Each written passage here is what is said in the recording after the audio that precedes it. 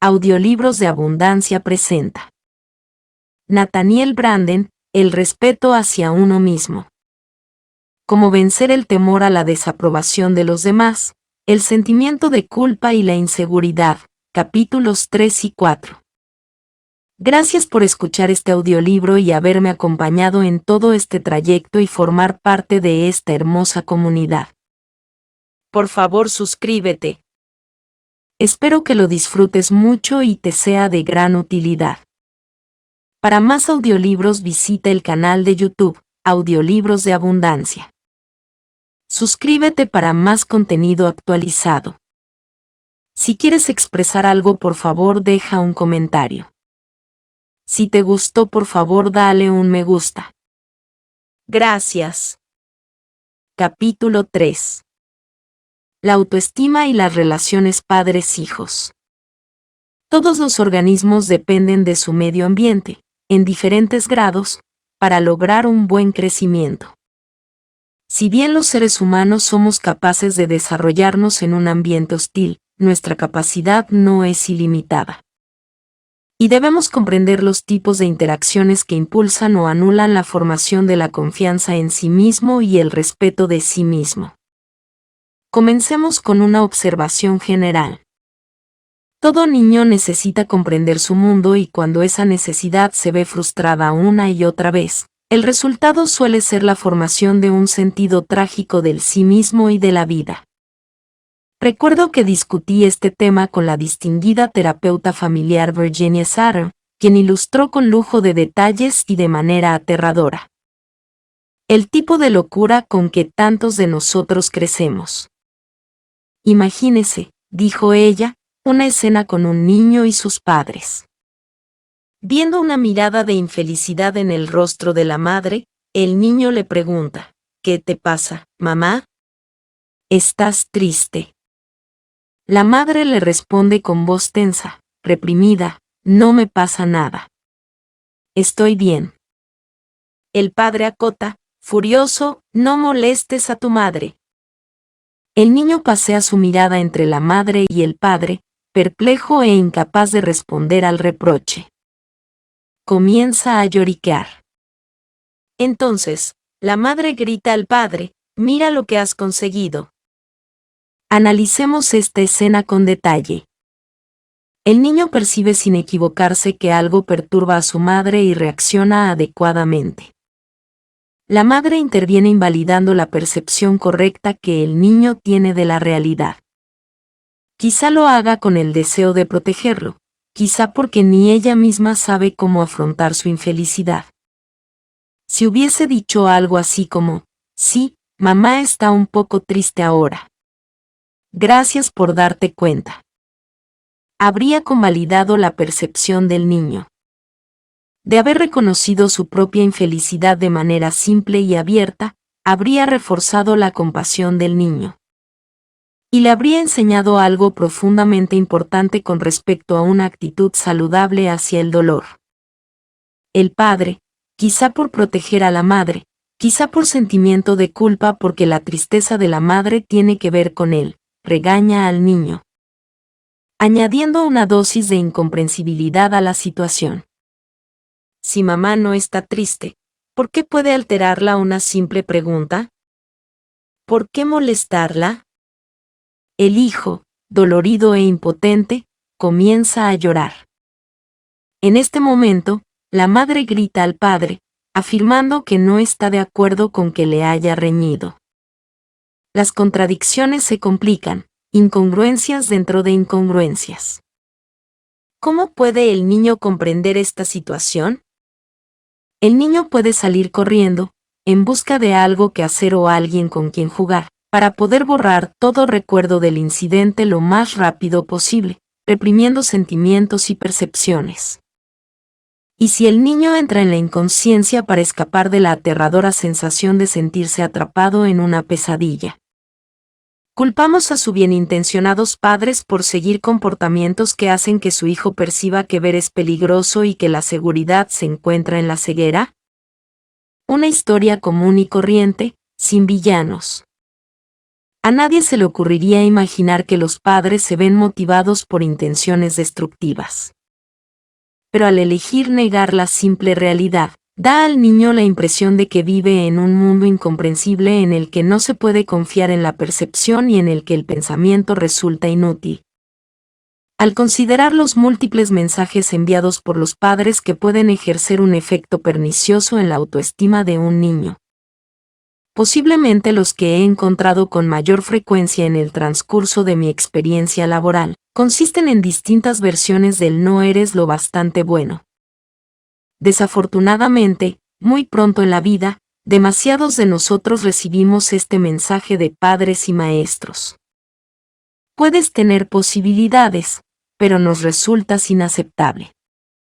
Frases dañinas que expresan que no somos correctos, no somos suficientes o lo suficientemente buenos. Por ejemplo, necesitas que te enseñen modales. Veamos, déjame arreglarte el cabello. Mira la ropa que te has puesto. Sonríe. Ven que te acomodo un poco. Ponte más derecho. Baja la voz. Cálmate. No juegues con ese juguete, juega con este otro. ¿Qué pasa contigo?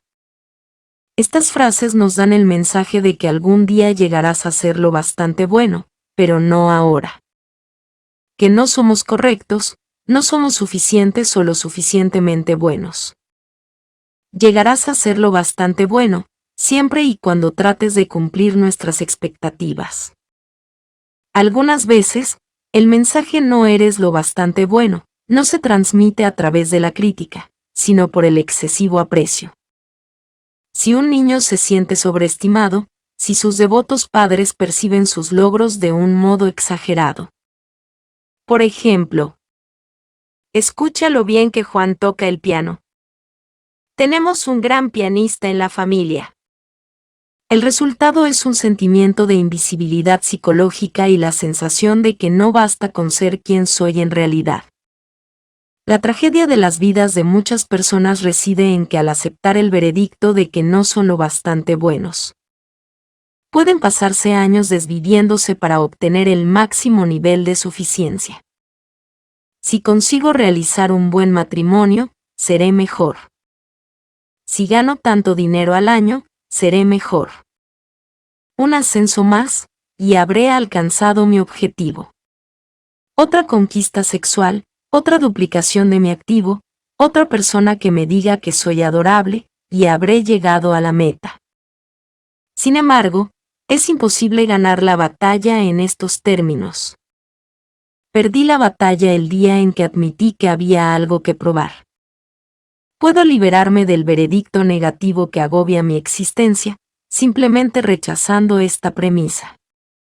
Los niños que se sienten amados y aceptados tal como son, los niños que no sienten continuamente cuestionado su valor básico a los ojos de sus padres, poseen una inapreciable ventaja en la formación de una sana autoestima, según testifica elocuentemente el trabajo de Virginia Satter, Chaim Giannot y Stanley Cooper Smith, por citar solo 3 eminentes especialistas en este campo.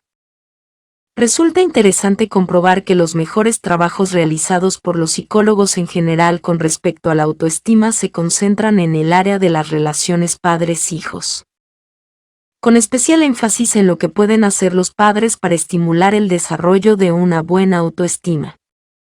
El estudio más académico y profundo llevado a cabo en esta área es The Antecedents of Self-Esteem, de Stanley Cooper Smith. Uno de los puntos más interesantes del estudio de Cooper Smith resulta una conclusión de índole negativa.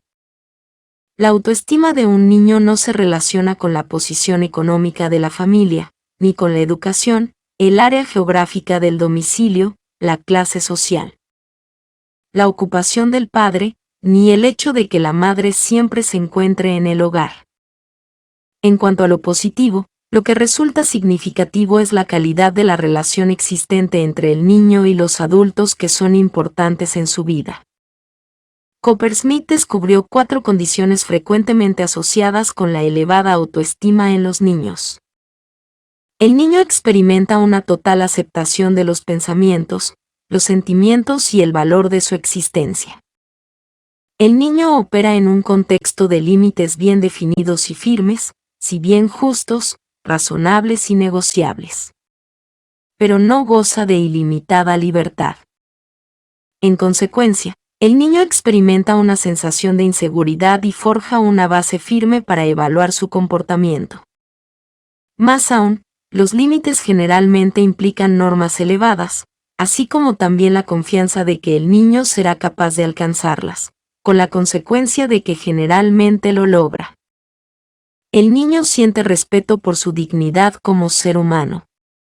Los padres se toman en serio las necesidades y deseos del niño.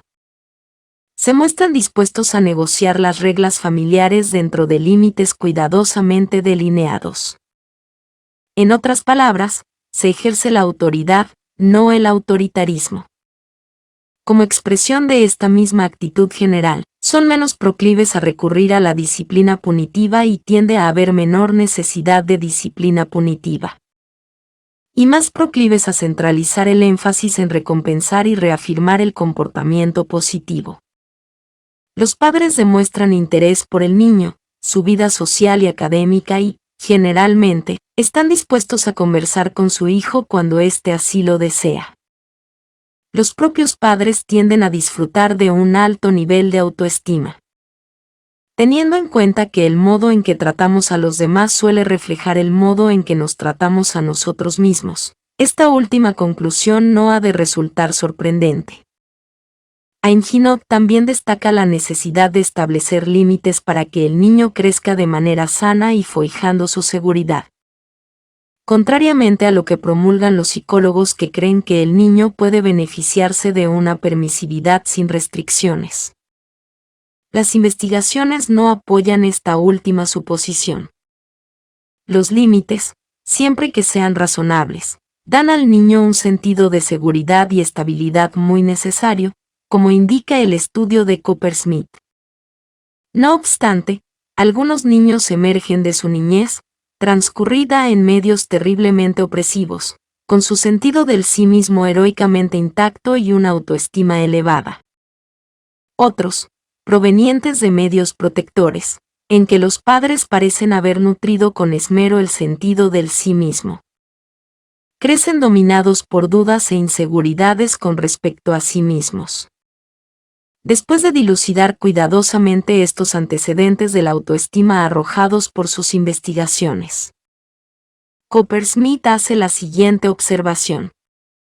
Debemos hacer notar que prácticamente no existen patrones de comportamientos o actitudes que sean comunes a todos los padres de niños con elevada autoestima.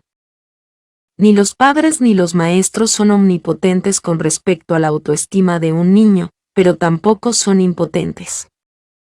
Pasemos, entonces, a considerar la naturaleza de la influencia que tienen la capacidad de ejercer. Suelo decir a los padres: tengan cuidado con lo que dicen a sus hijos.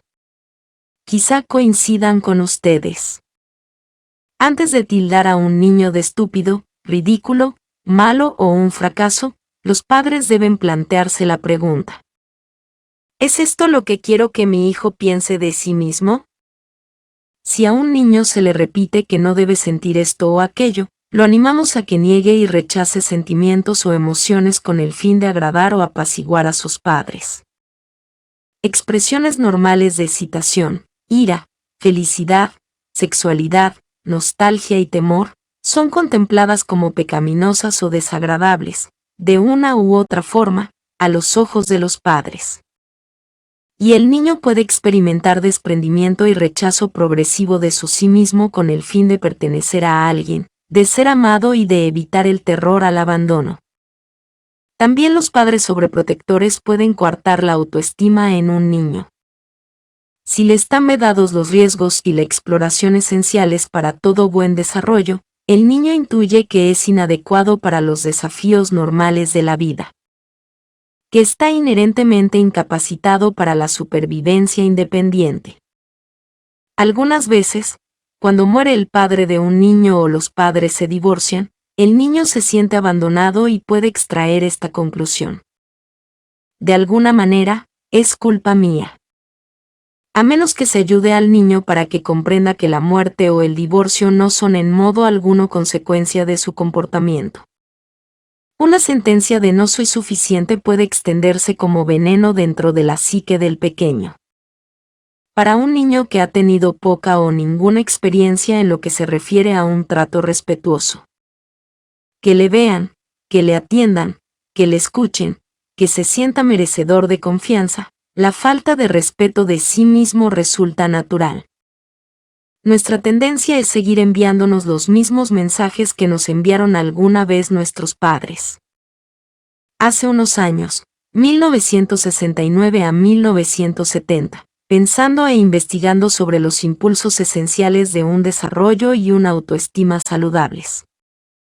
Seleccioné una serie de preguntas que luego investigué intensivamente con un número de pacientes de psicoterapia.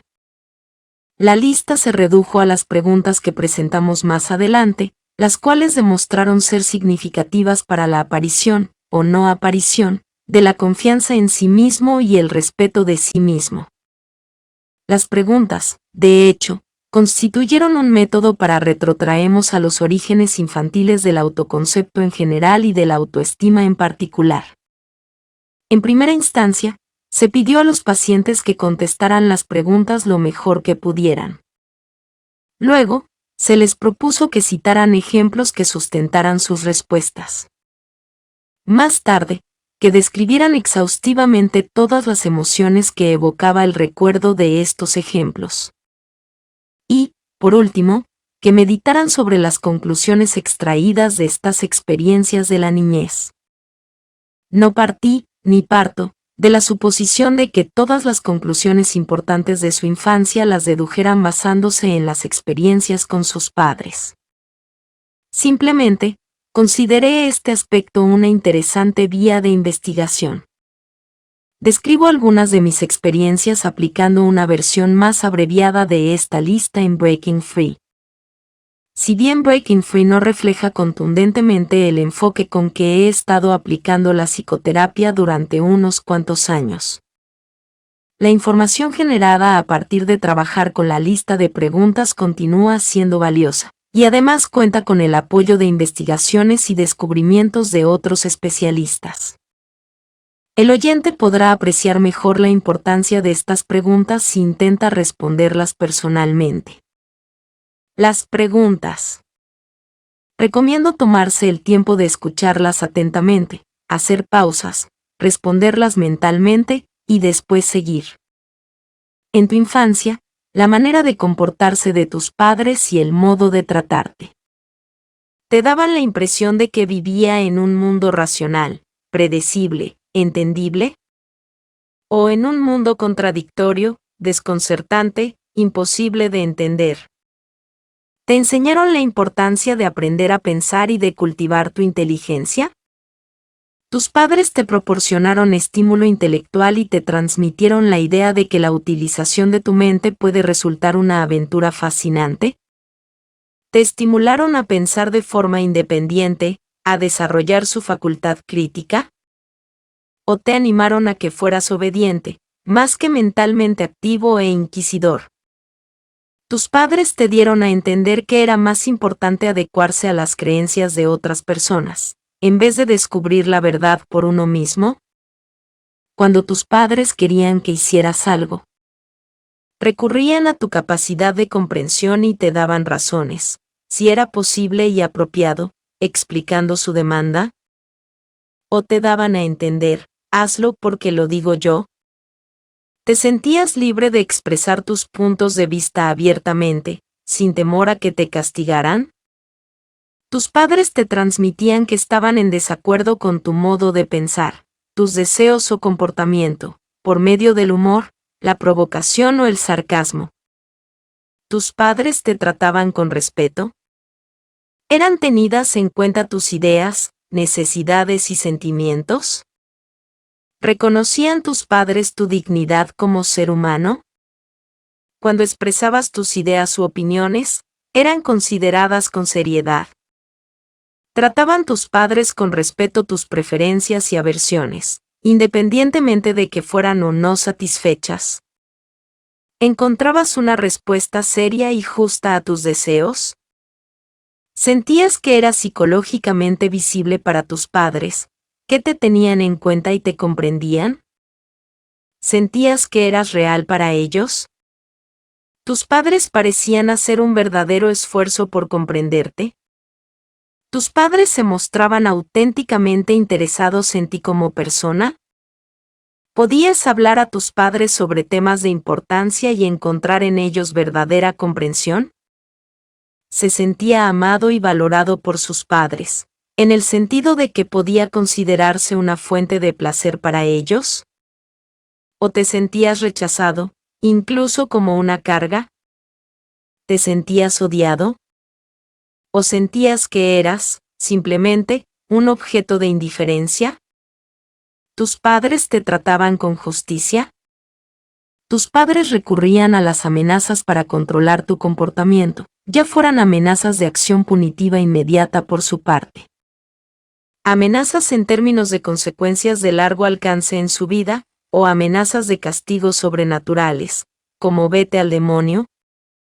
¿Recibías halagos cuando destacabas, o solo recibías críticas cuando tu rendimiento era malo? ¿Tus padres se mostraban dispuestos a admitir sus errores?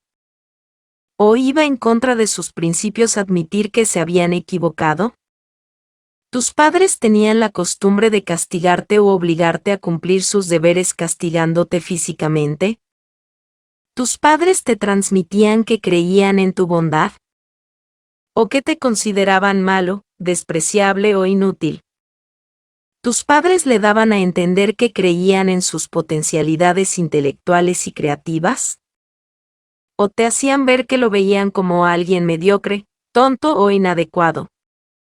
Las expectativas de tus padres con respecto a su comportamiento y rendimiento. ¿Demostraban preocupación por su parte acerca de tus conocimientos, necesidades, intereses y circunstancias? ¿O te veías enfrentado a expectativas y exigencias que te resultaban agobiantes e imposibles de satisfacer? ¿El comportamiento de tus padres y el modo en que te trataban, pretendían hacerte sentir culpable? ¿El comportamiento de tus padres y el modo en que te trataban, pretendían que te sintieras atemorizado? ¿Tus padres respetaban tu intimidad intelectual y física? ¿Tus padres te transmitían que era deseable que pensaras bien de ti mismo, es decir, que tuvieras autoestima? ¿O te prevenían, insistiendo en que fueras humilde asterisco? Tus padres te daban a entender que lo que una persona haga con su vida y lo que, específicamente, lo que tú hagas con tu vida era importante. Preguntas suplementarias. Tus padres dejaban entrever que el ser humano podía llegar a hacer grandes cosas y que, concretamente tú, también podías llegar a hacer grandes cosas. Tus padres te transmitían que la vida podía resultar excitante, desafiante, una aventura que tenía su recompensa. Tus padres te inculcaron temor hacia el mundo, hacia otras personas. ¿O te estimularon a que afrontaras el mundo con una actitud relajada y de benevolencia? ¿Te forzaron a ser abierto en la expresión de sus emociones y deseos? ¿O el comportamiento de tus padres y la forma en que éstos te trataban te hicieron temer la autoafirmación y la apertura emocional, o considerar estas cualidades inapropiadas?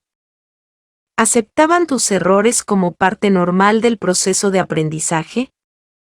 ¿O como algo que se enseña a asociar con el desprecio, el ridículo y el castigo? ¿Tus padres te estimularon para que tuvieras una actitud saludable y positiva hacia el sexo y tu propio cuerpo? ¿Una actitud negativa? ¿O directamente ignoraban el tema en su totalidad? La manera en que tus padres te trataban estaba encaminada a desarrollar y fortalecer tu sentido de masculinidad o femineidad, o a frustrarlo y disminuirlo. ¿Tus padres te animaban a sentir que tu vida te pertenecía? ¿O te estimulaban a creer que eras un mero patrimonio familiar y que tus logros eran importantes en la medida en que aportaran buena reputación a sus padres? ¿Se te trataba como un recurso familiar o como un fin en sí mismo? Resulta tan evidente la importancia de estas preguntas para la autoestima, que es poco lo que queda por añadir al respecto.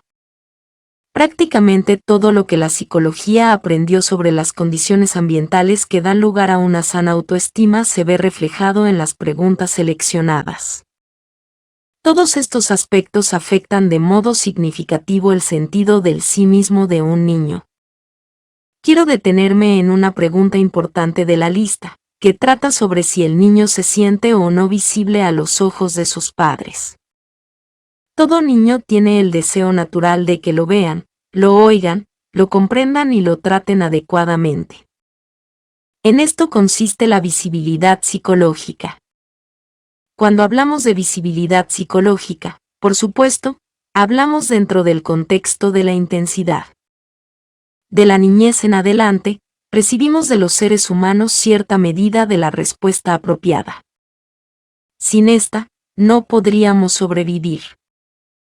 Sin embargo, según las estadísticas, son pocos los niños que experimentan un alto grado de visibilidad adecuada por parte de los adultos en su primera infancia. El niño que percibe su excitación como buena, como un valor, pero que es castigado por ella, experimenta una sensación de invisibilidad y desorientación.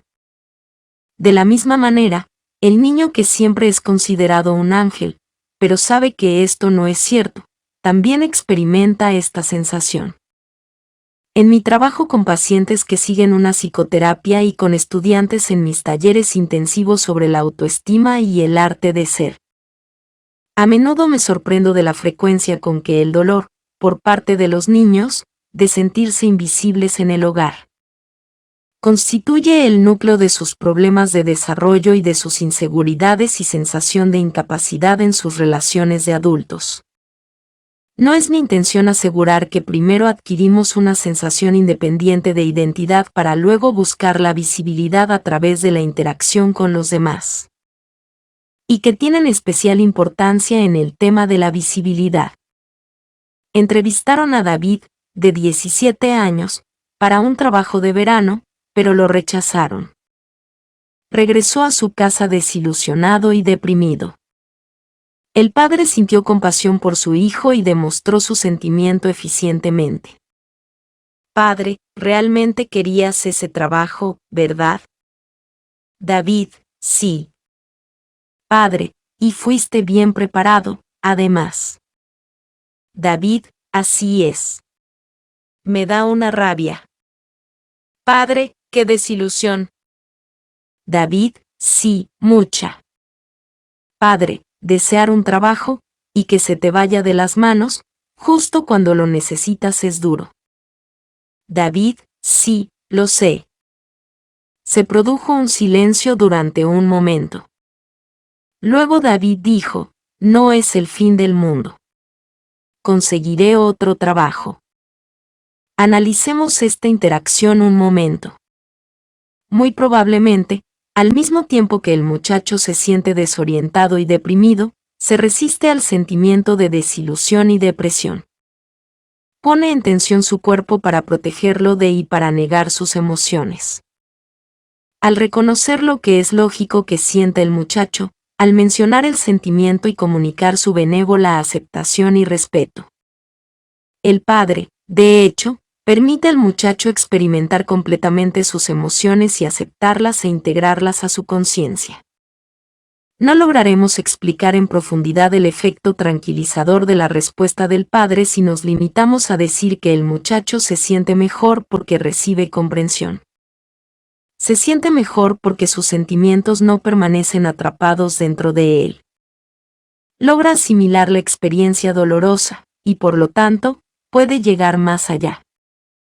Su sentido natural y saludable de la realidad puede, entonces, reafirmarse. La mayoría de los padres no reaccionan como el padre del ejemplo de Ginot ante este tipo de situaciones. Al contrario, reaccionan de una manera que puede prolongar y agravar la depresión. Ginot proporciona 7 ejemplos de tipos de respuestas destructivas comunes por parte de los padres, que cito a continuación. ¿Qué pretendías? ¿Conseguir el primer trabajo que quisieras? La vida no es así. Es posible que tengas que pasar por 5 o quizá 10 entrevistas antes de que te contraten. Roma no se construyó en un día, ¿sabes? Eres muy joven aún y tienes toda la vida por delante. De modo que arriba ese ánimo. Sonríe y el mundo te sonreirá. Llora y llorarás solo. Espero que aprendas a no cantar victoria antes de tiempo. Cuando tenía tu edad, salí en busca de mi primer trabajo. Me limpié los zapatos, me corté el pelo, me puse ropa limpia y me fui con el Wall Street Journal bajo el brazo. Sabía qué hacer para dar buena impresión. No veo por qué te sientes tan deprimido. No hay razón que justifique que te sientas tan desanimado. ¿Qué cosa? Un trabajo frustrado. Ni siquiera vale la pena hablar de ello. El problema contigo es que no sabes dirigirte a la gente. Siempre metes la pata. Te falta aplomo, eres un atolondrado, demasiado ansioso y no tienes suficiente paciencia. Además, eres muy sensible y te resientes con facilidad. Lo lamento tanto, querido. No sé qué decirte. Estoy compungida. En la vida es tan importante la suerte. Hay gente que acapara toda la suerte del mundo. Conocen a las personas adecuadas en el momento adecuado. Nosotros no conocemos a nadie y nadie nos conoce. Por algo las cosas salieron así. Si te pierdes una oportunidad, pronto vendrá la siguiente, quizá más conveniente para ti. Si no es un trabajo, será otro. Quizás uno mejor. Todas estas respuestas tienen en común lo siguiente. Animan al muchacho a negar y reprimir sus sentimientos. Transmiten falta de confianza en la capacidad del muchacho para lograr una perspectiva saludable, equilibrada. Lo alienan de su experiencia y hacen invisible el sentimiento del individuo. Este tipo de respuestas es la que recibió la mayoría de nosotros repetidamente durante el curso de nuestro desarrollo. Ninguno de estos ejemplos contribuye a la formación de una autoestima positiva. El niño que percibe invisibilidad en los primeros años de vida y que se siente seriamente frustrado con respecto a otras necesidades básicas. Contacto físico, por ejemplo, o afecto, respeto, reconocimiento, amor o confianza en sus fuerzas. Se encuentra atrapado en un universo que no solo resulta doloroso, sino aterrador.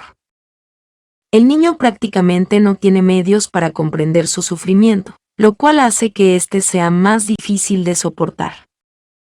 Además de experimentar dolor, el niño se siente indefenso. No se puede pretender que un niño de 4 o 5 años reflexione.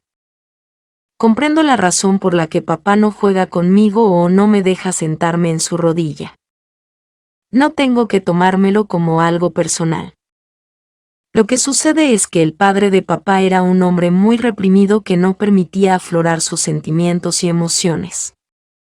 Educó a papá con tanta frialdad e indiferencia que, desde pequeño, papá se cerró emocionalmente, se dejó entumecer para no sentir el dolor. Permaneció adormecido durante toda su vida y ahora no sabe qué hacer. No tiene la intención de hacerme daño. Pero para abrirse hacia mí y mis necesidades, tiene que volver a establecer conexión con el muchacho solitario y abandonado que guarda en su interior. Y eso podría resultarle demasiado doloroso. Tampoco se puede esperar que una niña diga: comprendo por qué mamá grita tanto. No es conmigo con quien está enfadada. Lo que pasa es que papá casi nunca le hace el amor y su frialdad y falta de afecto la atormenta y no sabe qué hacer. Tiene los nervios destrozados. Entonces, explota por cualquier cosa. Además, es más fácil enfurecerse conmigo que con papá. No son estos razonamientos propios de los niños. Desde su punto de vista, lo que sucede es incomprensible.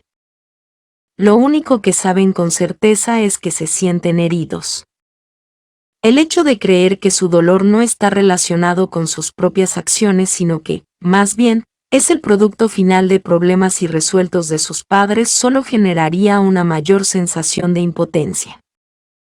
No pueden resolver los problemas de sus padres. Entonces, ¿qué deben hacer? A estas alturas, la necesidad de inteligibilidad y de experimentación de eficacia conspira, de hecho, contra el niño. Suele llevar al niño a una solución que arroja beneficios a corto plazo, aunque fija los cimientos de un desastre a largo plazo en el que la autoestima se vuelve contra sí misma. La necesidad de experimentar eficacia se transforma en una herramienta de autodestrucción. La solución reside en una variante de la idea de que algo malo sucede conmigo. Es culpa mía. De alguna manera, no sirvo para nada. Me estoy equivocando en algo. No soy lo bastante bueno. No soy digno de amor. No merezco nada. Para el niño, esta autocondena representa una estrategia de supervivencia. El sí mismo es atacado en cierto nivel con el fin de proteger cierta sensación de eficacia en otro. Quizás se comprenda mejor con una analogía. Cuando los seres humanos desarrollaron la noción de un Dios omnipotente y todopoderoso, se apresuraron a añadir el atributo de una absoluta bondad. Sería demasiado aterrador imaginar a un Dios caprichoso y sádico. Por lo tanto, si se produce un desastre, la culpa será nuestra. Alguien o algo debe ser sacrificado para apaciguar a este Dios.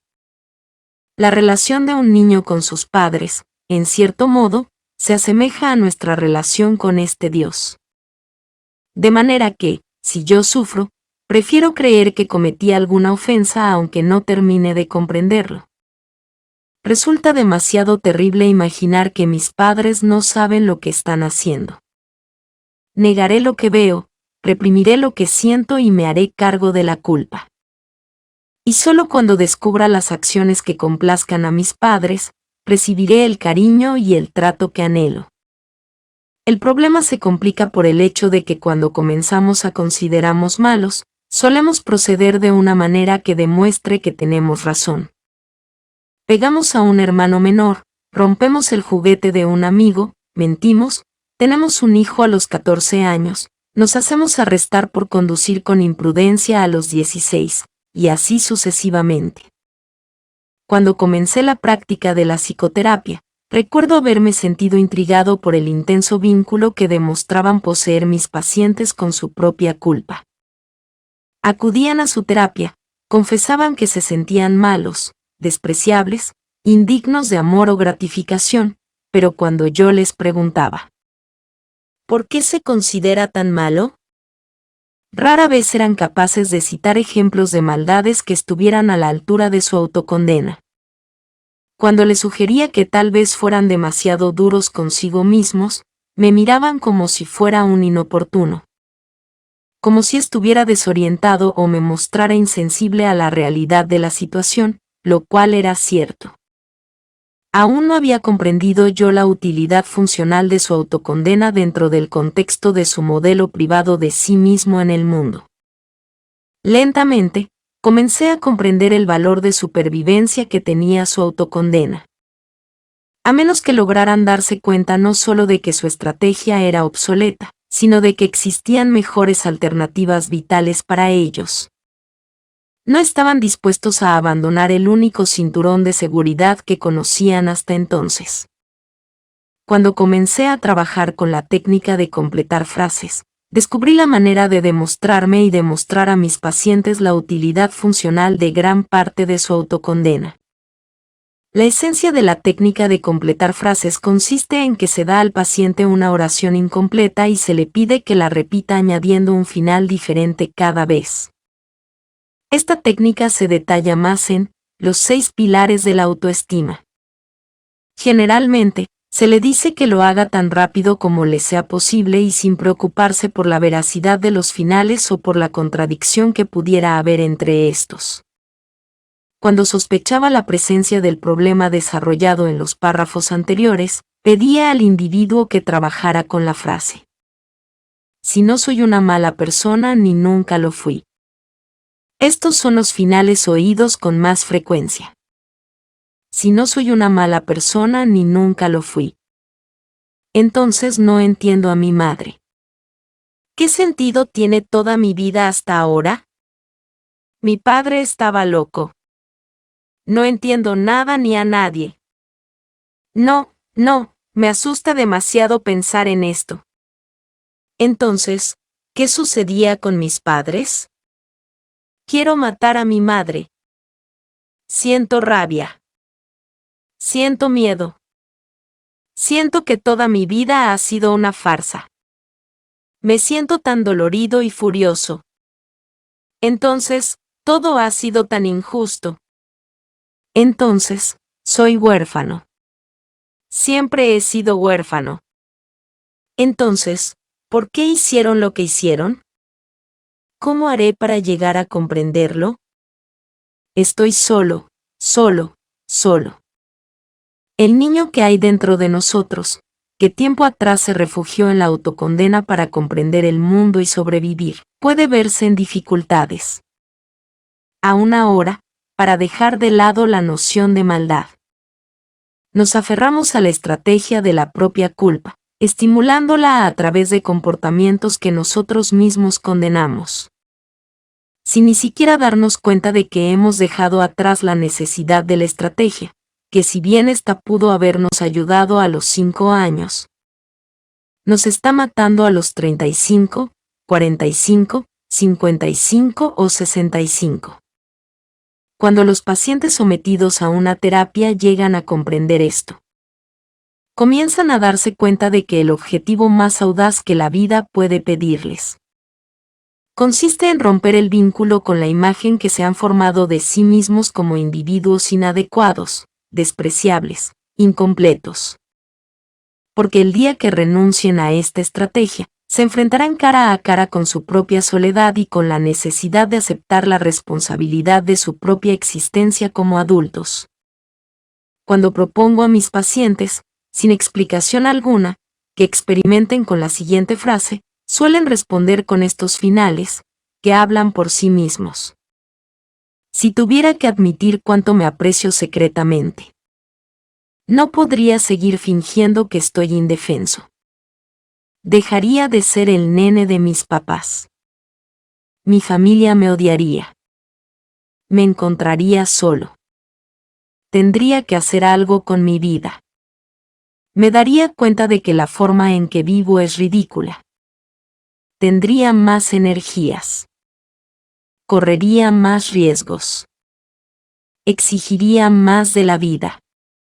No soportaría que me trataran mal. Tendría más ambición. Tendría que cambiar. Tendría que ser más vulnerable. Me sentiría asustado. Me sentiría libre. De adultos, tenemos muchas justificaciones adicionales para la autocondena. Podemos tratar de convencernos de que poseemos normas más elevadas que otros. Podemos manipular al prójimo para que se compadezca de nosotros y asegurarle que vale más de lo que cree. Podemos enviar el mensaje, tanto a nosotros mismos como a los demás. No esperen nada de mí, no sirvo para nada. Podemos quedarnos donde estamos, paralizados, pasivos, indiferentes, sin reaccionar ante los desafíos de la vida.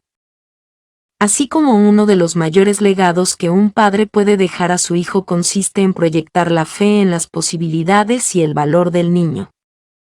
Una de las mayores ofrendas que a menudo podemos dar a otro ser humano consiste en no dejarnos embaucar por su autoestima negativa a primera vista. Cuando tratamos a los seres humanos esperando que sean racionales, aumentamos la probabilidad de que se muestren honestos. El mismo principio es aplicable a la propia responsabilidad o a cualquier otra virtud que deseemos estimular. Por el contrario, si tratamos a las personas como si esperáramos lo peor, es posible que acabemos obteniéndolo. Este principio se estudió en profundidad en el contexto de las relaciones padre-hijo y maestro-alumno, pero puede aplicarse a todos los contactos humanos. Prácticamente todo lo discutido en este capítulo describe principios que son válidos para todas las relaciones de afecto. Incluso podría aventurarme a decir que a todas las relaciones realmente humanas.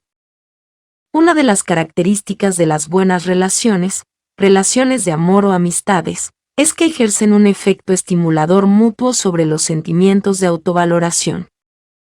Sin embargo, a veces se confunde el deseo de sentirse visible, comprendido o apreciado con el deseo de contar con la aprobación o sentirse aprobado. Son cosas distintas. El deseo de contar con la aprobación, sentirse reafirmado con respecto a nuestro ser y nuestro comportamiento, es normal. Lo considero irracional o patológico solo cuando adquiere tanta importancia en nuestra jerarquía de valores que estamos dispuestos a sacrificar honestidad e integridad a fin de satisfacerlo. En cuyo caso no caben dudas de que sufrimos de escasa autoestima. Quiero aclarar que el deseo de visibilidad no representa una expresión de un yo débil o incierto ni de baja autoestima. Por el contrario, cuanta menos autoestima tenemos, sentimos mayor necesidad de escondernos, por lo menos, en parte. Y nuestros sentimientos respecto a la visibilidad son más proclives a la ambivalencia, la deseamos y nos asusta al mismo tiempo. En la medida en que nos enorgullezcamos de quienes somos, nos sentiremos dispuestos a ser transparentes, incluso diría que nos sentiremos deseosos de ser transparentes. Una de las características de la carencia de autoestima es la excesiva preocupación por obtener la aprobación y evitar la desaprobación de los demás. Cierta avidez por conseguir reafirmación y apoyo en todo momento de nuestra existencia. Algunas personas sueñan con encontrar esta reafirmación y apoyo en el amor. Pero como el problema es esencialmente interno, y dado que la persona no cree en sí misma, ninguna fuente externa puede llegar a satisfacer esta necesidad, salvo momentáneamente. No se trata de una necesidad de visibilidad, sino de autoestima. Y esta no la pueden suministrar otras personas. En la medida en que evolucionamos hacia una buena autoestima, deseamos y esperamos que los demás perciban nuestro valor, y no tanto que lo crean. Queremos que los demás nos vean como somos en realidad, incluso para que nos ayuden a vernos con mayor claridad. Y no que nos inventen según sus propias fantasías.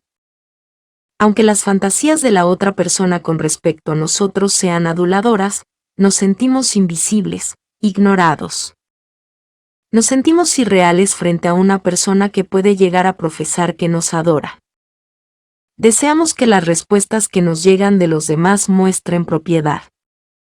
La lamentable verdad es que la mayoría de los seres humanos, a partir de su niñez, son objeto de muchas respuestas inapropiadas.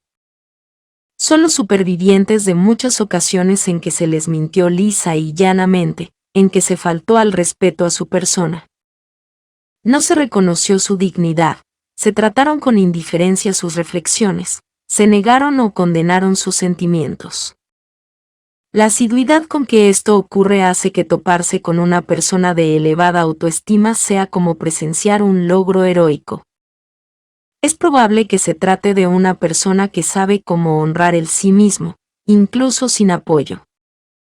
Algunos psicólogos buscan las causas del comportamiento de una persona exclusivamente en la historia del individuo, con la convicción de que existen muchas personas en nuestro pasado que nos hicieron tal como somos en la actualidad. Frente a una persona de buena autoestima, se preguntan quiénes la hicieron así. Si se encuentran con una persona de baja autoestima, quieren saber quiénes son los responsables, ya que creen saber que no es a esa misma persona a quien buscan. Olvidan que no reaccionamos pasivamente, sino que somos contendientes activos en el drama de nuestras vidas. Así llegamos a la historia con que deseo poner fin a este capítulo. Había una vez dos hermanos que despertaron el interés de un psicólogo. Uno de ellos era alcohólico, mientras que el otro apenas probaba la bebida. El psicólogo, interesado en las causas de esta diferencia, decidió entrevistar a cada hombre por separado. Al alcohólico le preguntó: «Usted ha sido alcohólico la mayor parte de su vida de adulto, ¿por qué supone que es?». El hombre le respondió: «Es fácil de explicar. Verá, mi padre era alcohólico. Se podría decir que aprendí a beber sobre las rodillas de papá». Al hombre que apenas probaba la bebida, el psicólogo le preguntó: «¿A usted no le gusta beber? ¿Cómo es eso?». El hombre le contestó: «Es fácil de explicar. Verá, mi padre era alcohólico. Se podría decir que aprendí muy temprano en la vida que el alcohol puede llegar a ser veneno. En última instancia, somos nosotros los responsables de las decisiones que tomamos en la vida. Somos responsables de las conclusiones que sacamos de nuestra experiencia. El tipo de decisiones y conclusiones a las que llegamos inevitablemente reflejan las operaciones mentales a través de las cuales procesamos los hechos de nuestra vida. Estas operaciones mentales representan el único factor realmente decisivo en lo que respecta al nivel de autoestima que alcanzamos. Por ello, a continuación, nos referiremos a las fuentes internas de la autoevaluación. Capítulo 4.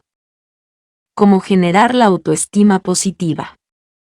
Teniendo en cuenta que la necesidad de autoestima surge del hecho de que el funcionamiento de nuestra conciencia es de voluntad, se deduce que deberíamos juzgamos a nosotros mismos a través de lo que está involucrado en nuestro control de voluntad. Como por ejemplo, nuestra racionalidad, honestidad e integridad. Juzgamos a nosotros mismos por aquello que escapa a nuestro control de voluntad.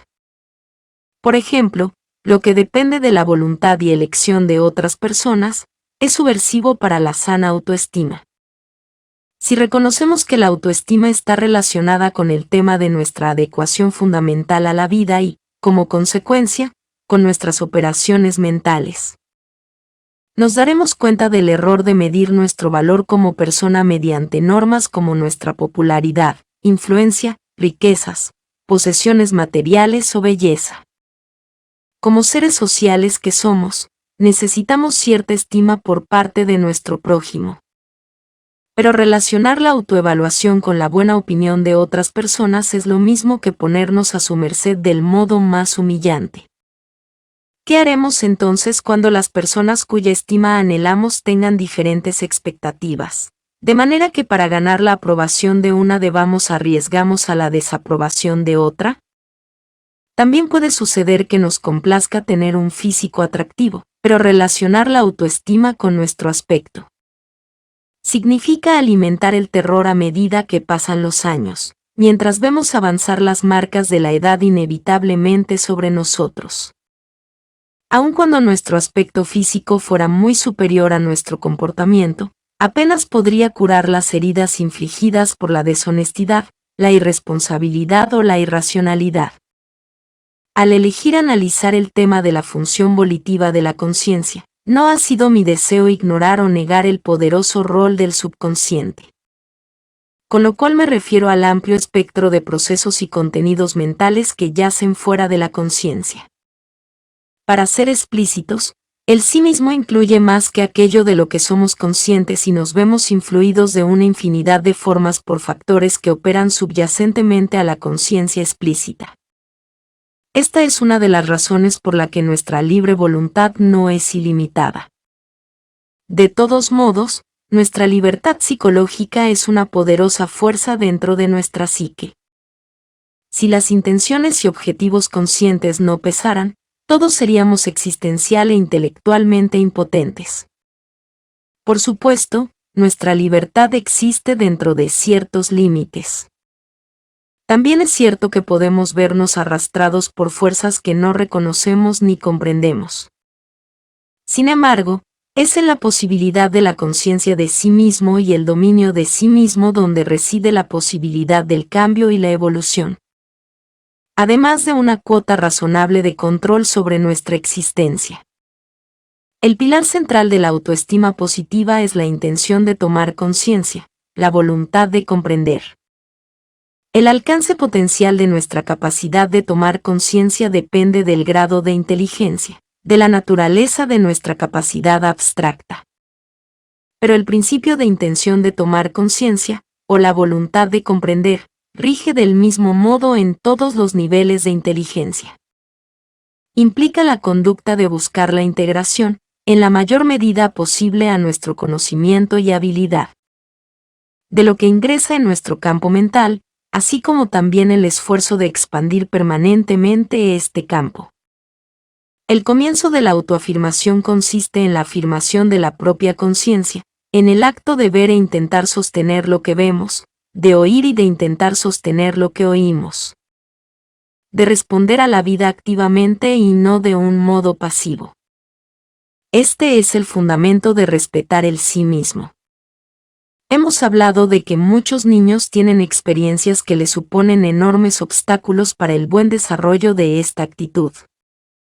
Para un niño, el mundo de sus padres y otros adultos puede resultar incomprensible y amenazador. El sí mismo no se nutre, sino que es atacado. Al cabo de cierto número de infructuosos intentos de comprender las políticas, afirmaciones y comportamiento de los adultos, algunos niños se dan por vencidos y asumen la culpabilidad de sus sentimientos de impotencia. Suelen sentir con tristeza, desesperación e imposibilidad de expresarse, que algo malo ocurre, ya sea con sus mayores, consigo mismos o con alguna cosa. Lo que llegan a sentir es: jamás entenderé a las personas. Nunca podré hacer lo que esperan de mí, no sé lo que está bien o lo que está mal y nunca lo sabré. El niño que continúa luchando para entender el mundo y a la gente que vive en él, no obstante, desarrolla una poderosa fuente de fortaleza, independientemente de la angustia o aturdimiento experimentado. Si se encuentra inmerso en un medio particularmente cruel, frustrante e irracional, sin lugar a dudas, el niño se sentirá alienado de gran parte de la gente que lo rodea, y con mucha razón. Pero no se sentirá alienado de la realidad. No se sentirá, en el nivel más profundo, incompetente para vivir, o por lo menos tendrá buenas posibilidades de evitar ese destino. El individuo en desarrollo que mantiene la intención de tomar conciencia aprende temas, adquiere habilidades, realiza tareas, alcanza objetivos. Y, por supuesto, estos logros convalidan y refuerzan la elección de pensar. La sensación de ser adecuado para la vida resulta entonces natural. El concepto de la voluntad de ser eficaz es una extensión de la voluntad de comprender. Se centraliza en el aspecto de la perseverancia frente a las dificultades. Continuar buscando comprensión cuando ésta no se obtiene fácilmente. Perseguir el perfeccionamiento de una habilidad o la solución de un problema frente a los fracasos. Mantener firmes los propósitos cuando se presentan dificultades en el camino. La voluntad de ser eficaz consiste en negarse a identificar nuestro yo o sí mismo con sensaciones momentáneas de impotencia y fracaso. Todos hemos tenido momentos de desconcierto y desesperación, momentos en que experimentamos una dolorosa sensación de impotencia e ineptitud. La pregunta es: ¿debemos dejarnos definir por estos momentos?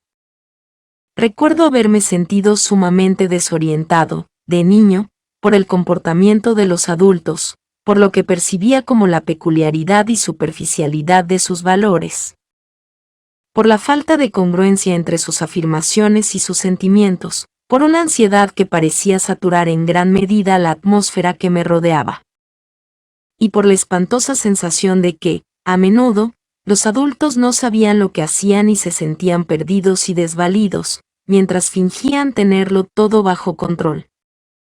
Esta experiencia me resultaba dolorosa y, a veces, aterradora. Deseaba ansiosamente comprender por qué los seres humanos se comportaban de este modo. En algún lugar de mi mente, a una edad muy temprana, debió de existir la convicción de que el conocimiento es poder, seguridad, protección y serenidad. Sin duda, esta convicción desempeñó un papel importante en la elección de mi profesión. Hace muchos años, presencié un encuentro entre dos colegas, un psicólogo y un psiquiatra, que me aclaró muchas cosas con respecto al tema que estamos discutiendo. Ambos eran primos hermanos y se habían educado en medios similares. Compartían muchos recuerdos dolorosos sobre el comportamiento de sus padres y otros parientes. «Viviste todo aquello de un modo diferente que yo», dijo el psiquiatra al psicólogo. «No te hicieron mella. Siempre me pregunté qué te hacía perseverar. Porque yo no lo hice, de alguna manera me di por vencido». El psicólogo le respondió: «Recuerdo muy bien haberme sentido bastante abrumado a veces. Pero en algún lugar de mi cuerpo había una voz que me decía: no te des por vencido. Sigue. Sigue permaneciendo consciente, supongo. Sigue tratando de comprender. No renuncies a la convicción de que es posible mantener el control de tu vida». Claro que no eran estas las palabras que empleaba de niño, pero significaban esto. Fue a esta idea a la que me aferré. La voluntad de ser eficaz, acoté espontáneamente. La voluntad de ser eficaz.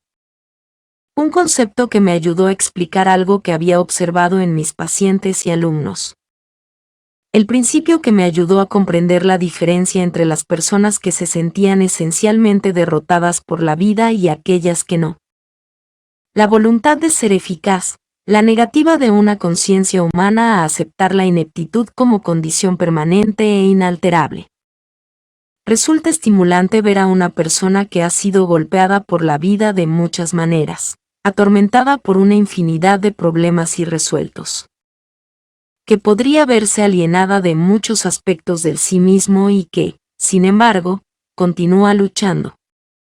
Continúa peleando, continúa tratando de abrirse camino hacia una existencia satisfactoria.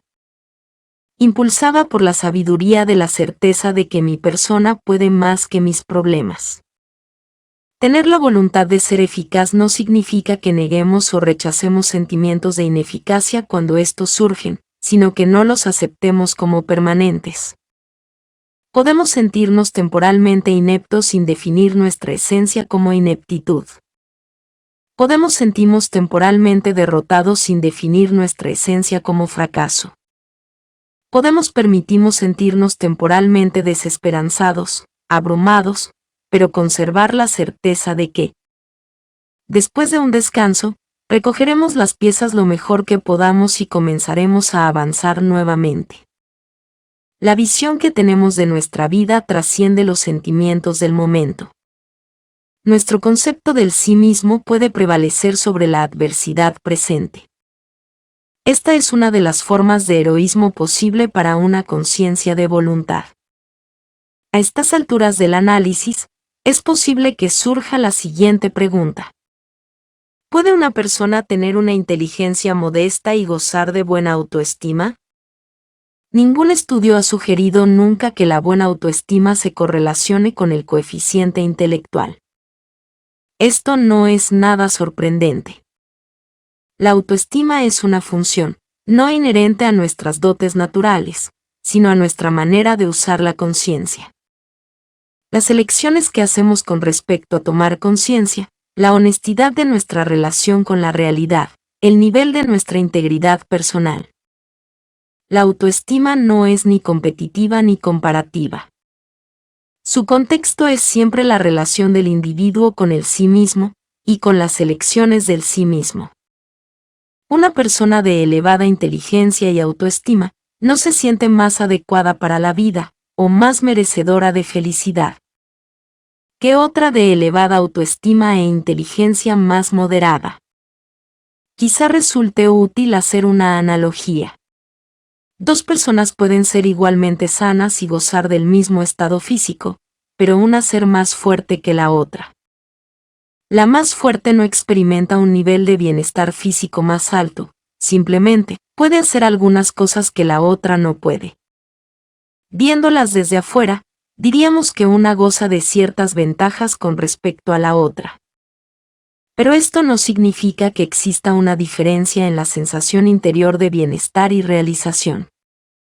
De la misma manera en que las dotes cerebrales distan mucho de representar el aspecto más significativo en lo que se refiere a la voluntad de comprender y la voluntad de ser eficaz, también están lejos de considerarse cruciales en lo relativo a otro de los pilares clave de la sana autoestima, la independencia. La independencia intelectual se halla implícita en la intención de tomar conciencia o en la voluntad de comprender. No es posible que una persona piense a través de la mente de otra. Podemos aprender unos de otros, pero el conocimiento implica comprensión, no la mera repetición o imitación. Podemos optar por ejercitar nuestra mente o trasladar a otros la responsabilidad del conocimiento y la evaluación para aceptar sus veredictos más o menos pasivamente. La elección que realizamos resulta crucial para la manera en que nos evaluamos como personas y para el tipo de vida que creamos. Que esporádicamente nos veamos influidos por otras personas, sin darnos cuenta, no modifica en gran medida el hecho de que existe una distinción entre la psicología de los que tratan de comprender las cosas por sí mismos, de pensar por sí mismos, de juzgar por sí mismos, y los que rara vez dan lugar a esta actitud. Lo importante en este tema es la cuestión de la intención, la cuestión de un objetivo individual. Recuerdo que una paciente me dijo en una oportunidad: no puedo comprender por qué siempre me dejo llevar por las opiniones de los demás. Le pregunté. Durante su niñez, ¿alguna vez quiso ser independiente? ¿Alguna vez pensó en aprender a ser independiente? ¿Alguna vez se propuso ser independiente? Reflexionó durante unos instantes y luego me contestó: no. Yo le dije: no hay que sorprenderse, entonces, de no haberlo logrado. Resulta útil hablar de pensar con independencia, porque la redundancia tiene valor en términos de énfasis. Muchas veces, se da a pensar el significado de reciclar las opiniones de otros. De manera que podemos decir que pensar con independencia sobre nuestro trabajo, nuestras relaciones, los valores que guiarán nuestra vida, las metas que nos impondremos, estimula la autoestima. Y la sana autoestima lleva a una inclinación natural por pensar con independencia.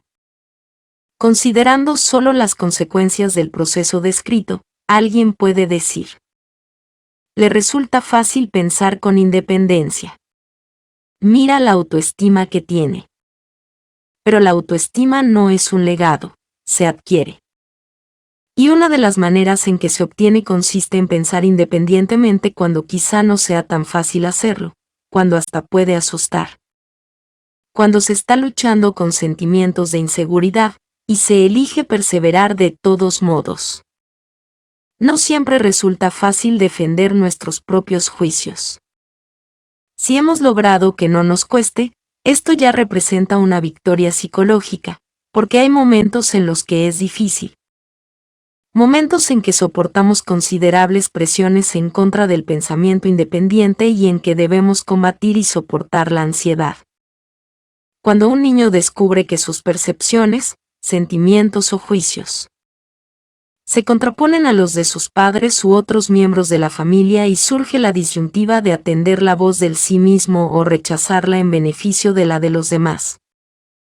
Cuando una mujer piensa que su marido está equivocado en algún tema de fundamental importancia y surge el interrogante de si ha de expresar sus pensamientos o reprimirlos para proteger así la estrechez de la relación. Cuando un artista o científico de pronto vislumbra un camino que puede alejarlo de las creencias y valores consensuales de sus colegas, de la orientación y opinión contemporáneas. y se presenta la encrucijada de seguir por ese camino solitario a donde sea que lo lleve o dar marcha atrás. El dilema y el desafío es siempre el mismo. Las señales interiores deben atenderse o negarse. La independencia en contraposición a la conformidad, la expresión de sí mismo en contraposición a la autocondena, la autoafirmación en contraposición a la resignación de sí mismo. Los innovadores y creadores son personas que pueden aceptar la condición de solitarios en mayor medida que el resto de la gente. Están más dispuestos a seguir su propia visión, aun cuando esa los conduzca lejos de la tierra firme de la comunidad humana. Su ansiedad, por grande que sea, no los detiene. Es uno de los secretos de su fuerza. Lo que denominamos genio tiene mucho que ver con el coraje y con el atrevimiento, está estrechamente vinculado con el puro nervio. Somos animales sociales. Si bien algunas veces es necesario, normalmente no disfrutamos de largos periodos alejados de los pensamientos y creencias de quienes nos rodean, especialmente de los que respetamos y amamos. Una de las formas más importantes del heroísmo es el heroísmo de la conciencia, el heroísmo del pensamiento, la voluntad de tolerar la soledad. Como todos los demás rasgos psicológicos, la independencia es una cuestión de grados. Si bien nadie es perfectamente independiente ni por completo dependiente durante todo el tiempo, cuanto mayor sea el nivel de independencia que tengamos, y cuanto más dispuestos estemos a pensar por nuestra cuenta, mayor será el nivel de autoestima que alcancemos. Pensar con independencia consiste, en parte, en aprender a diferenciar entre los hechos, por un lado, y los deseos y temores por el otro. La tarea resulta difícil a veces porque los mismos pensamientos se ven influidos y hasta saturados por el sentimiento. No obstante, en muchas ocasiones, nos damos cuenta de que el deseo de realizar determinada acción no quiere decir que debamos realizarla. Salir corriendo de la habitación en medio de una discusión cuando nos enfadamos, por ejemplo. Y el hecho de que nos pueda atemorizar realizar alguna acción no demuestra que debamos evitarla. Acudir a un médico para hacemos un chequeo cuando existen indicios de enfermedad, por citar otro ejemplo. Si efectuamos una compra que sabemos no podemos pagar y evitamos pensar sobre las cuentas pendientes, sometemos nuestra conciencia a nuestros deseos. Si ignoramos las señales de peligro en un matrimonio y luego afirmamos estar desconcertados y desconsolados cuando el matrimonio por fin sucumbe, pagamos las consecuencias de sacrificar la conciencia a favor del temor. En lo que respecta a la autoestima, la cuestión no reside en ejecutar impecablemente la tarea de distinguir entre hechos, deseos y temores, para elegir la conciencia y negarnos a cualquier forma de evitación. Radica en la intención subyacente que tengamos cuando describimos a una persona como básicamente honesta. No queremos decir que sea impermeable a la influencia de deseos y temores, sino que existe por su parte un deseo e intención pronunciados y evidentes de ver las cosas como son. No podemos tener siempre la certeza de ser racionales u honestos, pero sí podemos pretender tenerla, preocuparnos por alcanzarla. No siempre somos libres de triunfar en nuestro modo de pensar, pero siempre somos libres de intentar triunfar. La suma acumulada de elecciones en este aspecto arroja un sentido intrínseco de honestidad o deshonestidad básicas, una responsabilidad o irresponsabilidad esencial hacia la existencia. Desde la infancia en adelante, algunos individuos muestran mucho más interés y respeto que otros en estos planteamientos sobre la verdad. Otras personas actúan como si los hechos no fueran necesariamente hechos si no elegimos reconocerlos como tales. Como si la verdad fuera irrelevante y las mentiras fueran mentiras, solo si alguien las descubre. Mientras escribo estas líneas, recuerdo un artículo informativo que leí recientemente sobre un investigador médico de gran reputación, a quien se descubrió haber estado falsificando sus datos durante años. Mientras fue acumulando un reconocimiento tras otro y honor tras honor. Irremediablemente, La autoestima fue víctima de este comportamiento, aún antes de que se revelara el fraude. Eligió a sabiendas vivir en un mundo de esencial irrealidad, en el que sus logros y prestigio eran igualmente irreales. Contrastaremos esto con la psicología de científicos que, con paciencia y perseverancia, buscan pruebas que nieguen sus hipótesis. Comprenden que lo irreal no tiene valor. La tarea de la conciencia consiste en percibir lo que existe lo mejor que podamos. Respetar la realidad, la percepción de lo que existe, significa respetar la conciencia. Respetar la conciencia implica respetar el sí mismo. Todas estas apreciaciones nos conducen de manera muy natural a otro de los pilares de la más sana autoestima, la integridad. A medida que pasan los años y desarrollamos nuestros propios valores y normas, el mantenimiento de la integridad personal adquiere cada vez más importancia para nuestra autoevaluación. La integridad significa la integración de convicciones, normas, creencias y comportamiento. Cuando nuestro comportamiento y los valores que profesamos van de la mano, y la filosofía y la acción se correlacionan, tenemos integridad. Cuando nos comportamos de modos que se contraponen a nuestros juicios acerca de lo que es adecuado, nos desprestigiamos a nuestros propios ojos. Nos respetamos menos.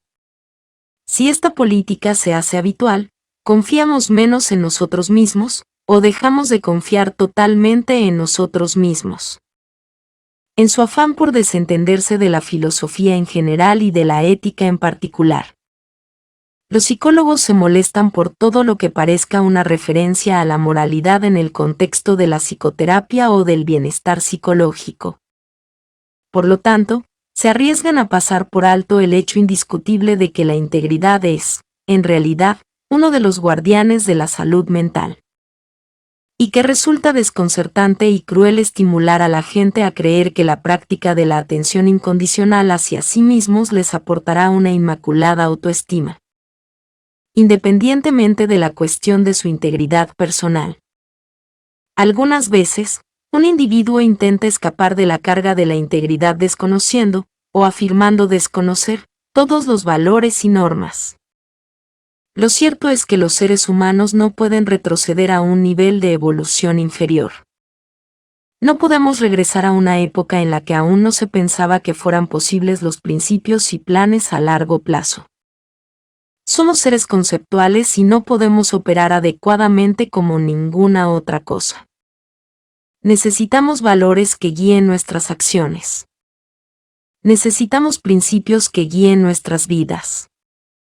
Nuestras normas pueden ser apropiadas o inapropiadas para los requerimientos de nuestra vida y bienestar, pero resulta imposible vivir sin normas de ningún tipo. Una rebelión tan profunda en contra de nuestra naturaleza, como intentar desechar todos los valores, principios y normas, es en sí misma una expresión de autoestima empobrecida y garantía de que el empobrecimiento no se detendrá. Si bien es bastante fácil reconocer, partiendo del sentido común, la relación entre la autoestima y la integridad, no siempre resulta tan simple como parece en un principio la cuestión de vivir de acuerdo con nuestras normas.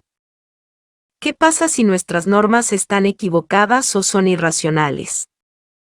Podemos aceptar un código de valores que agreda a nuestras necesidades como organismos vivientes.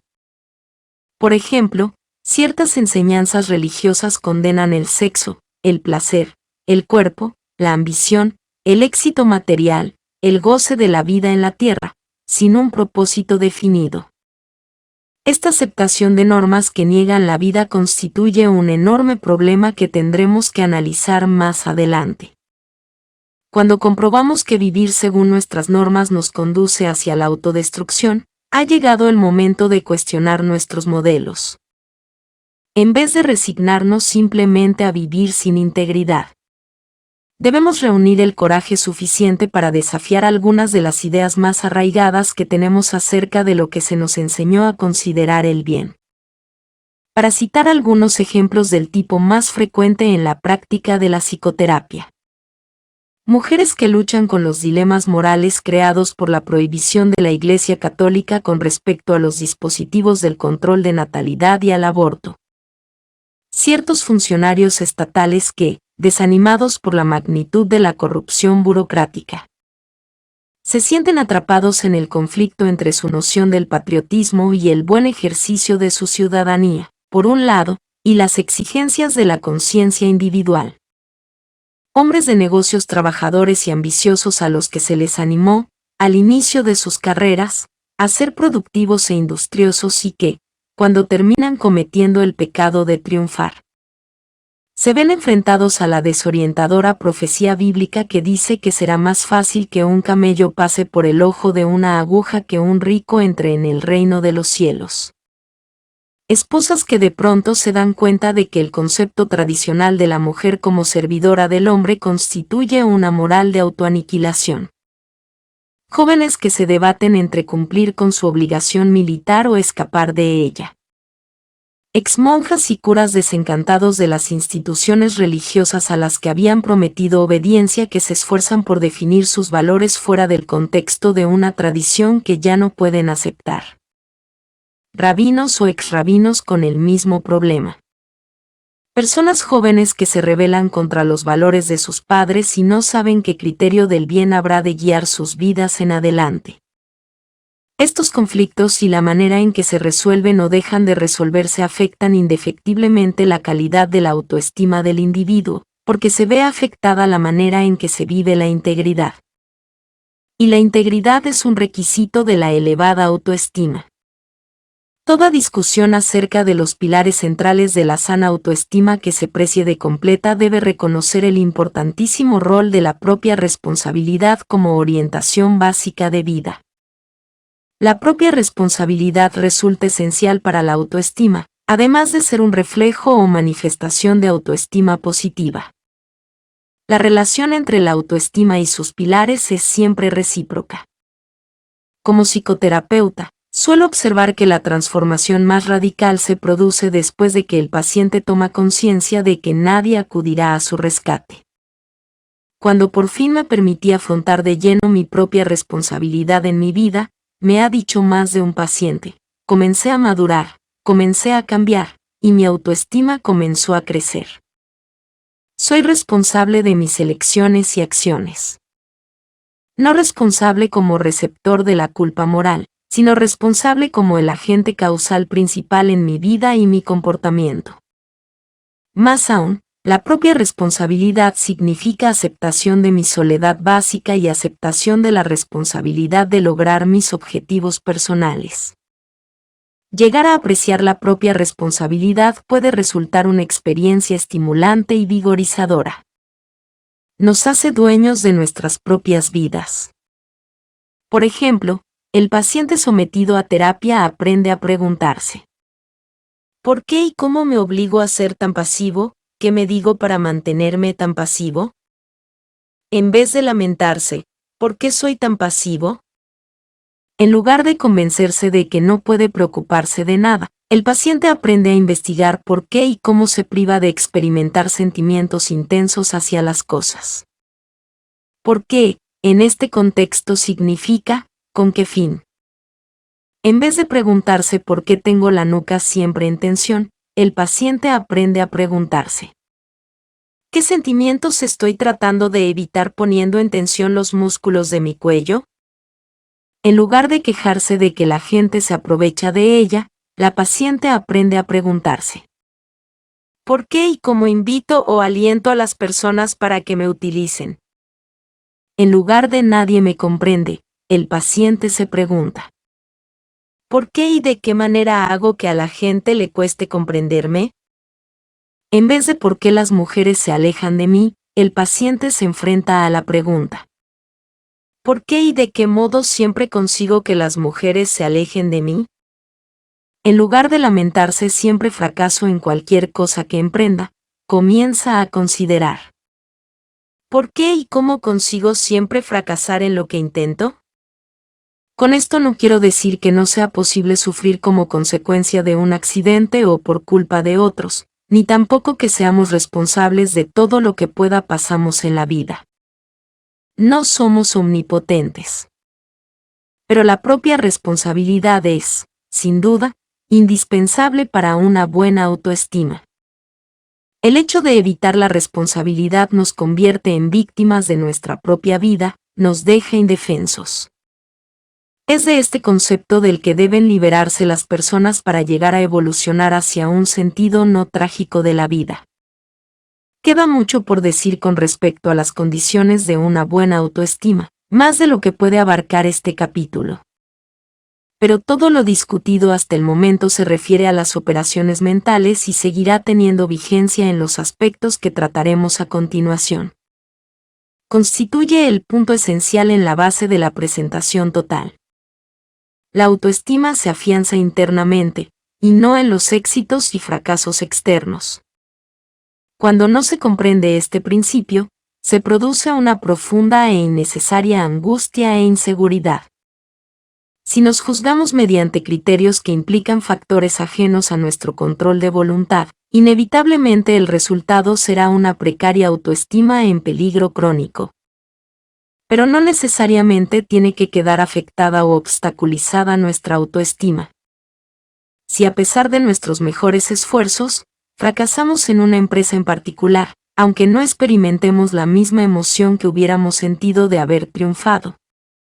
Por otro lado, es necesario que recordemos que el sí mismo no es una entidad estática, acabada, sino una creación en continua evolución, un despliegue de nuestras potencialidades, expresado en nuestras elecciones, decisiones, pensamientos, juicios, respuestas y acciones. Concebir el sí mismo como básica e inalterablemente bueno o malo, sin tener en cuenta nuestra manera de conducimos presente y futuro, significa negar la libertad, la autodeterminación y la propia responsabilidad. Siempre guardamos en nuestro interior la posibilidad de cambiar, nunca estamos obligados a permanecer prisioneros de las elecciones del pasado. Por último, quiero introducir el tema de la autoaceptación, especialmente pertinente para los que no están conformes consigo mismos y buscan un cambio en el concepto de sí mismos. Si hemos de crecer y cambiar, debemos comenzar por comprender la autoaceptación. Según mi experiencia laboral, la autoaceptación no es un concepto fácil de entender para la mayoría de la gente.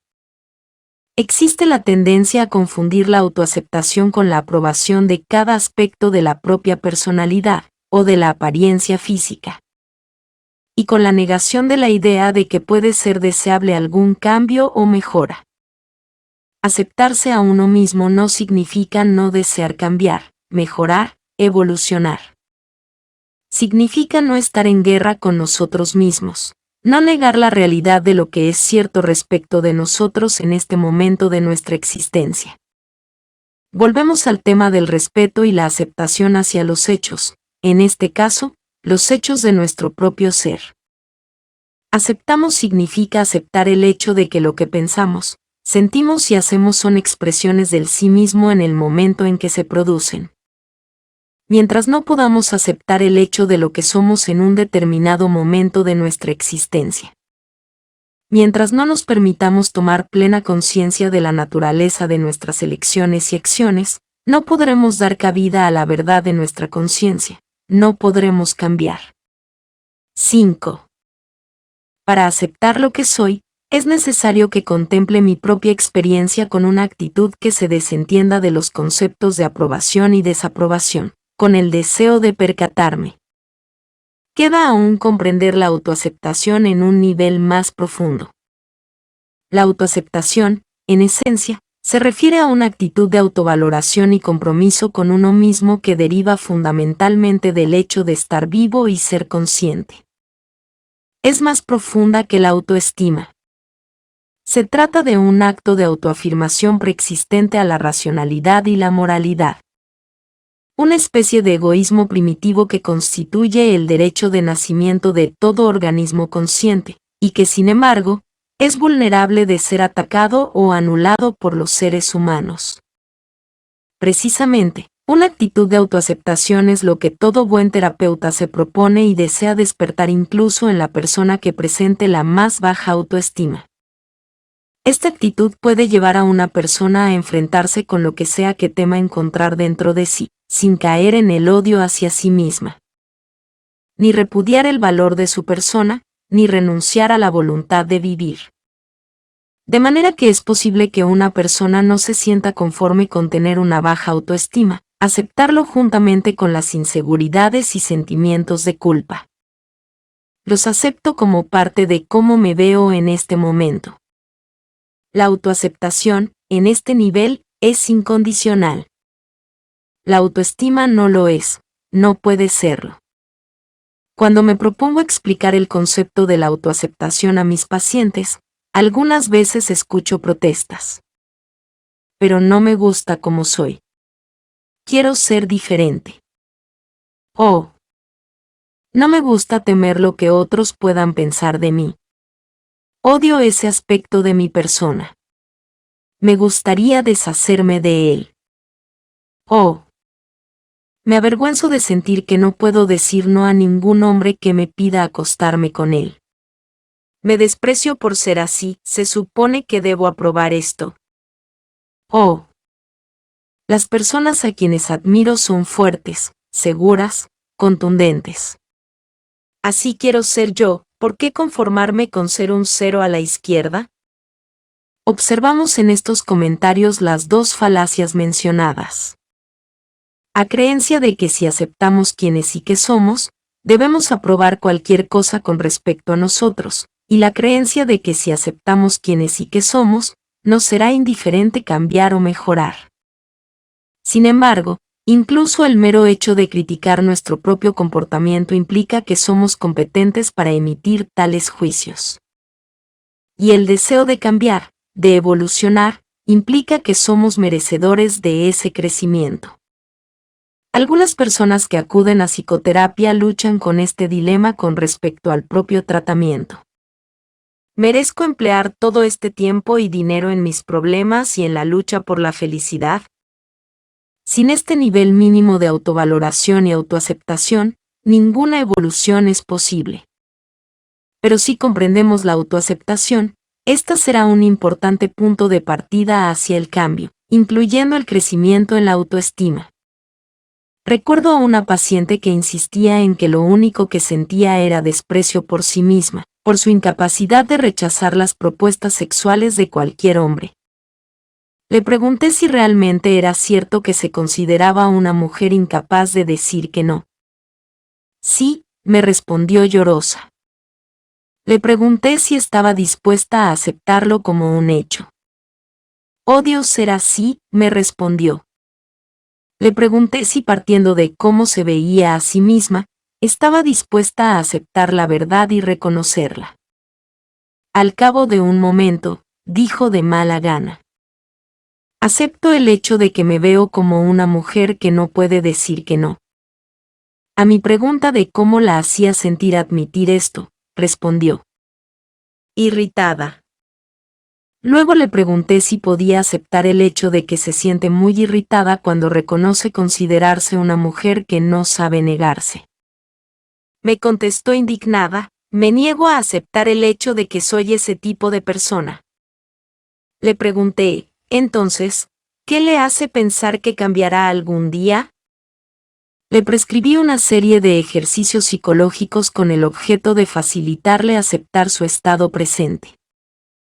Esencialmente consistieron en ayudarla a sentir que así era en ese momento.